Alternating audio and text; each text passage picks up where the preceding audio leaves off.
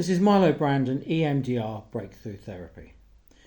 In this short video, I'm going to explain the difference between a traumatic memory and a normal memory and what EMDR can do to help someone process a traumatic memory.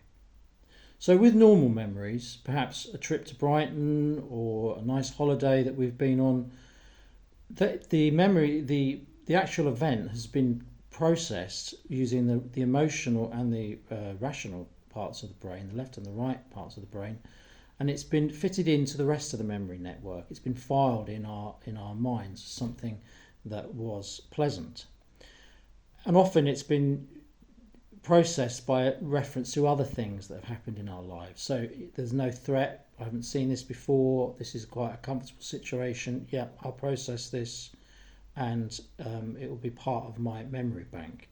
But when something happens to us which is really disturbing, or something that's never happened before with really, really difficult consequences, there is no sort of reference system for the mind. So this event will get stuck in the emotional part of the brain, and it won't be processed. And what happens then, because the event hasn't been processed, it can't be adapted into the pre-existing set of experiences that the person's already had in their life because it was too awful. Then you get all the symptoms of trauma. So you get classic symptoms of PTSD, and often they're bodily and mental together. So what EMDR does is, the basis of it is the left and the right movement. So it can either be done with tapping, or it can be done where you follow the therapist's hand like that, and you focus on the traumatic event. And by focusing on the event and moving left to right with the eyes, it encourages the processing of the traumatic memory in a way that normal memories are processed between the rational and the emotional sides of the mind. And once it's been processed, it can then be filed the way that a normal memory would be filed in the mind. So it becomes something that when you think about it, it's either minimally disturbing or not disturbing at all.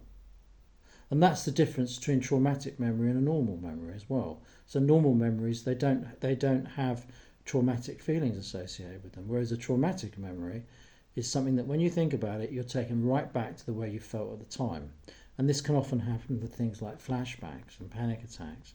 So that's the basis of what's called adaptive information processing in EMDR. So the information is adapted, which enables it to be processed, and that's a core part of the therapy. So I hope this video has explained something of how memories that are traumatic become adaptive and processed.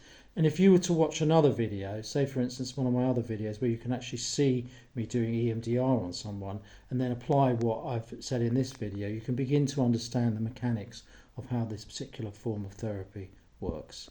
This is Milo Brandon, EMDR Breakthrough Therapy.